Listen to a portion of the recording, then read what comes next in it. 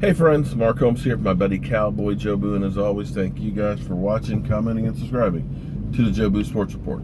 Because without you guys, well, I would just be sitting here talking to myself.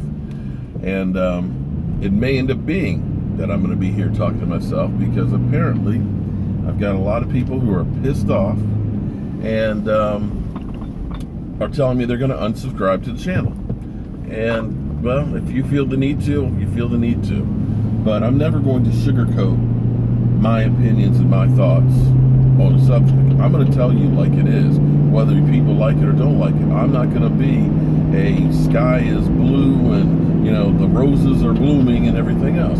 If it smells like shit, I'm going to tell you it smells like shit.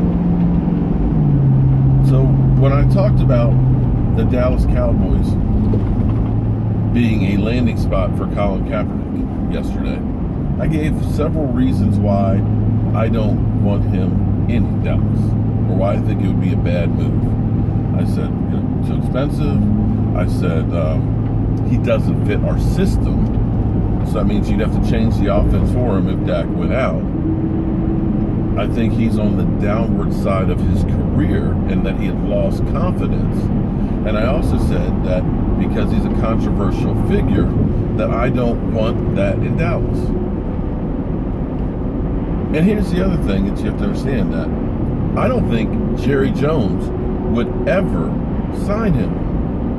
Because when you look back at the whole kneeling during the national anthem, Jerry Jones was adamant about the Dallas Cowboys not following his lead. To the point where basically Jerry Jones was threatening his players that if you kneel, your ass is out of here. So I don't think Jerry Jones would then turn around and sign that guy. But when you look back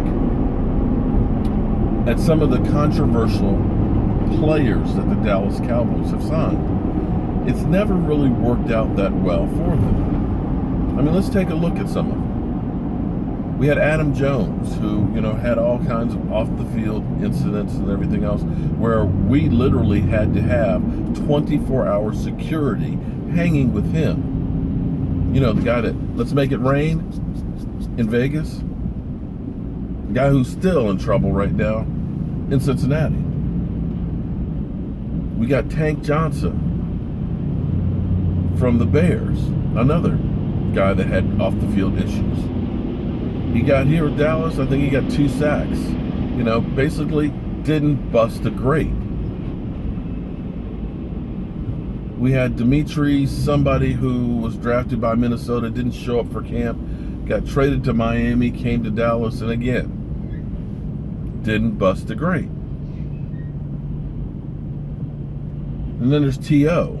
Now, T.O. had production on the field, but T.O. had all the baggage that came along with him. And you can't say that he elevated the Dallas Cowboys any further than they did without him. So when I said the Dallas Cowboys are no longer the circus, that's what I was talking about. We don't have all this controversy that's going around on the team. We don't have, these guys that everybody wants to condemn, like Greg Hardy,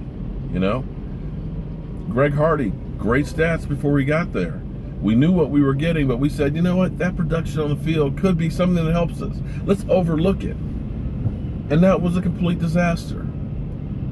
He was fighting on the field with his own players, Des Bryant, not going after coaches, not showing up for meetings, and doing basically whatever the heck he wanted to. This team is different than any other Dallas Cowboy team that I've seen. You look back in history, we've always had people that have been vocal and things like that, from Hollywood Henderson and guys like that, and Michael Irvin and things. But you look at this team has changed and has become the lunch pail box team. Now that I mean blue collar. Guys that go to work. They're not looking for the limelight. They're not looking to be all in, me. Let me be on the cover of this. These are guys like Sean Lee who don't want to be in the spotlight unless it's on the field. He lets his talking go on the field. Dak Prescott, he shies away from media. Oh, he does it. But it's not what he is out there to be.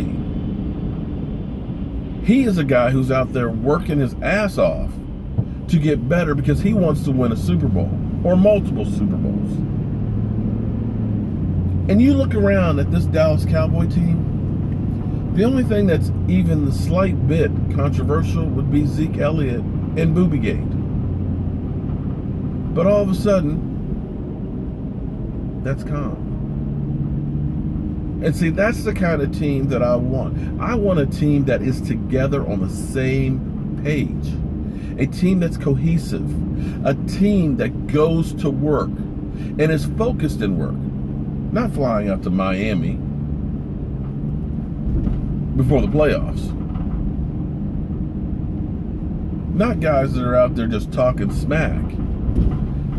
Not guys that the media will feed off of. And that's my opinion. Now, some of you think I'm dead wrong. He's a perfect fit for the Dallas Cowboys. Well, that's your opinion. And I'm not going to condemn you for your opinion. And it's not like I have any say or any power with the Dallas Cowboys. Hell, I'm just a guy with a day job and a voodoo doll that's spouting out my opinion. And you guys shouldn't get yourselves worked up so much about what one person says. But again, that's all I really have to say about that subject. So, if you guys are going to unsubscribe, well, I understand that, okay? But I'm never going to give you BS.